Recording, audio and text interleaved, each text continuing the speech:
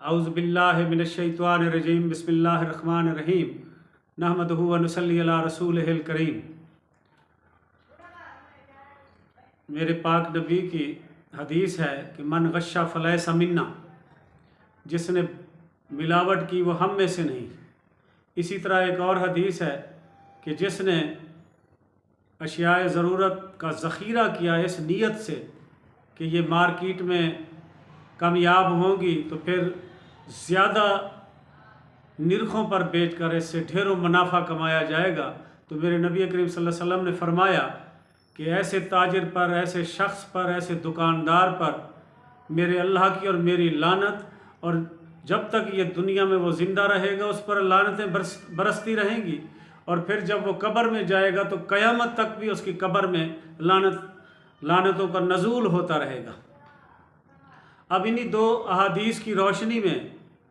हम अपने इर्द गिर्द मुआशरे पर निगाह डालें ज़रा कि इस मुल्क की बागडोर संभालने वाले लोगों में से ज़्यादा लोग कहीं वही तो नहीं हैं जिनके मुतल्लिक़ मेरे नबी करीम सल्लल्लाहु अलैहि वसल्लम ने लानतें फरमाई हैं। उवें असां आड़े पाड़े निगाह मारूँ तो हिन तकरीबन वह सारे जिहड़े साडे मुल्क ते हुकूमतां करेंदे रहे गए या हुण भी हुकूमतां करन किते चित्ते तय वदन। तो अब आप ख़ुद मुलाहिज़ा फरमाएँ और फिर फ़ैसला करें। और मेरा अपने मुल्क के तमाम जय्यद उलमा कराम से, मुल्ला से नहीं, जय्यद उलमा कराम से भी ये अपील है, दरख्वास्त है कि वो इस सिलसिले में पूरी कौम की रहनुमाई फरमाएँ। अब जितने बड़े कारोबार हैं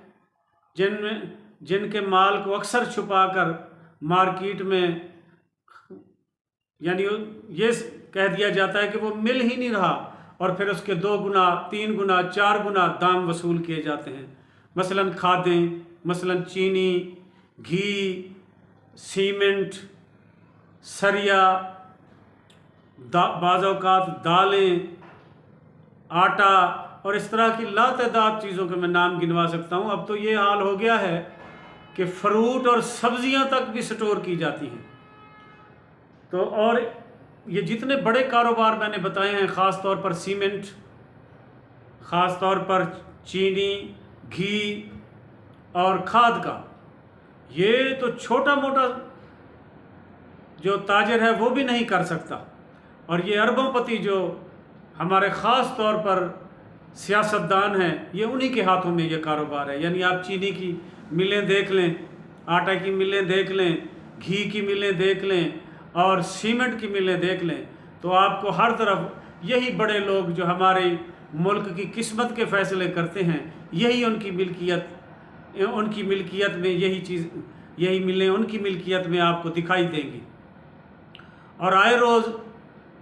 बहाना बनाकर कि पेट्रोल की कीमत बढ़ गई जी, बिजली की कीमत बढ़ गई है, ज़राए आमदोरफ्त महंगे हो गए हैं, ये चीज़ें दोगुनी कीमत पर बेची जाती हैं, जबकि वही चीज़ें तैयार होकर इनके फैक्ट्रियों में पहले से भी पड़ी होती हैं। नया माल, ज़रूरी नहीं कि वह नया माल हो, नई कीमत पर बना हो, तो इसलिए ये महंगा बेचे। और इसी तरह चीनी के कारोबार से मुंसलिक जो लोग हैं, उनका तो हमारे मुल्क की सियासत में नुमायाँ किरदार है। यानी 80% चीनी की मिलें, जिनको शुगर मिल कहा जाता है, उन्हीं लोगों की हैं जो इस मुल्क के बड़े ओहदे पर फायज रहे हैं और अब फिर फायज होने के लिए भाग दौड़ कर रहे हैं। तो कोई उनसे पूछने वाला है कि इन्हीं पिछले चंद महीनों के अंदर जब चीनी का निर्ख 100 रुपये से कम था और फिर इन्हीं लोगों की हुकूमत आने के बाद वही चीनी 200 सवा 200 तक गई, तो क्या वो नई चीनी बनाई गई थी, नई ख़रीदारी करके वो चीनी तैयार की गई थी? लेकिन अरबों खरबों रुपए मुनाफा कमाकर इस मुल्क के लोगों को लूटा गया और फिर वो हमारे हमदर्द भी बनते हैं। मिन हैसुल कौम, ख़ास तौर पर हम कलमा गो मुसलमान जब भी अपने नबी पाक सल्लल्लाहु अलैहि वसल्लम के बताए हुए रास्ते से हटेंगे, नाफरमानी करेंगे और उनके बताए हुए रास्ते पर नहीं चलेंगे, तो नताइज तो फिर यही निकलेंगे जो निकल रहे हैं कि रोज़ दर रोवण ते पिटण होंदे, जो इंसाफ नहीं मिलता, महंगाई थी गई तो सबको सारा हक नहीं मिलता। नबी करीम सल्लल्लाहु अलैहि वसल्लम ने जब ये फरमाया कि मन गश्शा फलैसा मिन्ना, तो इसके बाद कोई ऐसी हदीस, कोई ऐसा अमल उनका ऐसा नहीं मिलता जिसमें उन्होंने कोई इसकी तरतीब मुकर्रर कर दी हो कि अगर मिलावट इतनी होगी तो फिर वो हम में से होगा, या मिलावट अगर वो 50% करेगा, 25% करेगा तो फिर वो हम में से होगा, वरना वो हम में से नहीं है। ऐसी कोई हदीस या बाद में कोई ऐसा अमल, ऐसी बात उनसे मंसूब नहीं है। वह खालिसतन यही हदीस है कि जिसने मिलावट की वो हम में से नहीं। अब मुझे बताएं कि जो इंसान कलमा पढ़ने के बाद मिलावट करे और मेरा नबी उसके मुतल्लिक कह दे कि वो हम में से ही नहीं है, तो फिर किस तरह वो इस लायक है कि वो इस मुल्क की में मुंतखब ओहदों पर, और वो ओहदे जिससे मुल्क की किस्मत के फ़ैसले होने हैं, उन पर भी उनका साथ देकर फाइज कराया जाए और मुआशरे में भी उनको काबिल इज़्ज़त मकाम दिया जाए। अब इसी तरह जैसे ज़ख़ीरा अंदोज़ी के मुतालिक मेरे नबी सल्लल्लाहु अलैहि वसल्लम की वाज़ेह हदीस है कि जिसने भी अशियाए ज़रूरत का ज़ख़ीरा किया इस नीयत से कि ये मार्केट में मिलना बंद हो जाएंगी तो फिर ये कई गुना ज़्यादा कीमतों पर बिकेंगी और मुनाफा कमाएंगे, तो मेरे अल्लाह के नबी ने और लानत देते हुए ये भी साथ फरमाया कि मेरे साथ साथ मेरे अल्लाह की भी उस पर लानत है। अब आप खुद ही ये फैसला करें कि वो लोग जो इस मुल्क के बड़े बड़े ओहदों पर रहे या बड़े नामवर लोग हैं और बड़े इज़्ज़त वाले लोग हैं और हमारी किस्मतों के फ़ैसले करते हैं और हमें मजबूर कर देते हैं और हमारी राय को तब्दील कर देते हैं, क्या वो इन्हीं कारोबारों से मुंसलिक नहीं है कि वो ज़ख़ीरा अंदोज़ी करते हैं या मिलावट करते हैं? और फिर जिन लोगों के मुतालिक मेरा नबी ये निशानदही कर गया कि वो हम में से नहीं और उन पर लानत है, तो क्या हमें चाहिए कि हम फिर उन्हीं को अपना लीडर माने, उनके कहने पर अपने फ़ैसले करें? और मैं वो उलमाए कराम जो हक़ की बात कहने से नहीं शर्माते, नहीं घबराते, नहीं डरते, और यकीनन मेरे मुल्क में उलमाए हक़ की तादाद ज़्यादा है, अगरचे वो यानी सोशल मीडिया पर नहीं हैं, वो टीवी की स्क्रीनों पर नहीं आते, वो इस तरह अखबारों और जराइद में नहीं छपते। अखबारों और जराइद में वही उलमाए कराम या वही दीन के तंबे जकवा को दीन दे तंबे ज़्यादातर नज़र आते हैं जो हुक्मरानों का साथ देते हैं और उन्हीं के कहने पर अपने फतवे नाजिल करते हैं। तो आज दौर जिस नहज पर पहुंच गया है और लोगों को जितना शऊर आ गया है, इसका मवाजना अगर आज भी लोग पिछले 50 सालों से करते हैं तो वो ख्वाबों की दुनिया में रह रहे हैं। अब सोशल मीडिया ने लोगों को अवेयरनेस दी है और लोग अब मवाजना करते हैं। वो पहले वाली बात नहीं रही कि कोई बड़े नाम वाला, कोई नामवर आदमी,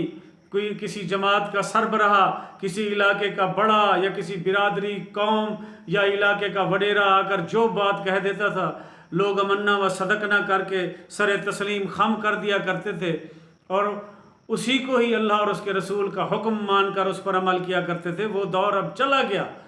अब अल्लाह के फजल से लोगों को शऊर आ गया है, लोग बुरे और भले की तमीज़ करने लग गए हैं। नितारा करें दिन लोग हों, वेवरा करें दिन लोग हों, डेधन हूँ वो ये नहीं देते जो कूड़ मारने वाला कोई बड़ा आदमी है तो चुप चा करूँ। और ये घबराए हुए तो सारे वो जो ताकतवर लोग हैं, बड़े लोग हैं, जो पहले किसी का बोलना पसंद ही नहीं करते थे और कोई एक आध आवाज़ अगर निकल भी आती थी तो उसकी ज़िंदगी अजीरन कर दी जाती थी, उसका जीना दुश्वार कर दिया जाता था, उसको निशान इबरत बना दिया जाता था और फिर इस किस्म की आवाज़ें आना ही बंद हो जाती थी क्योंकि उस वक्त शऊर की कमी थी। लेकिन अब शऊर जिस नहज पर पहुंच गया है, अब इन आवाज़ों को रोकना बड़ा मुश्किल है। क्या वो ताकतवर लोग और बाख्तियार लोग जो ऐसे गुंडों की, ऐसे लोगों की जो इस मुल्क की मईशत को दबोने में और ख़ास तौर पर मेरे नबी करीम सल्लल्लाहु अलैहि वसल्लम की अहादीस की रोशनी में जो नाफरमानियाँ कर रहे हैं, क्या मेरे मुल्क के बाख्तियार लोग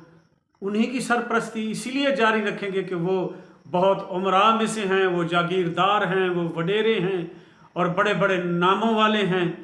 ये क्या ये बड़े बड़े नामों वाले वही नहीं हैं जिन्होंने बर्रे सग़ीर पाक व हिंद में अंग्रेज़ों की दलाली में अपने ही लोगों को गोलियां मरवाईं, उनको फांसियां लगवाईं, उनकी ज़िंदगियां हराम की, और उसी के बदले में, उसी की सताइश में इनको फिर जागीरें मिली और इनको ये खिताबात मिले जो आज तक कम अज़ कम पाकिस्तान के गरीबां लावारसां ते भोले भाले लोगों के गल च लड़कते वदन।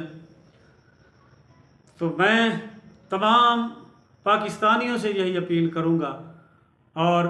बाख्तियार लोगों से भी कि अगर एहतसाब करना है और मेरे नबी सल्लल्लाहु अलैहि वसल्लम की कही हुई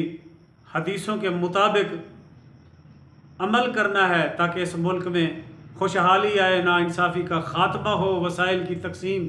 यकीनी और मुनसिफाना हो, तो फिर इस निज़ाम को बदलें, इन लोगों की सरपरस्ती छोड़ दें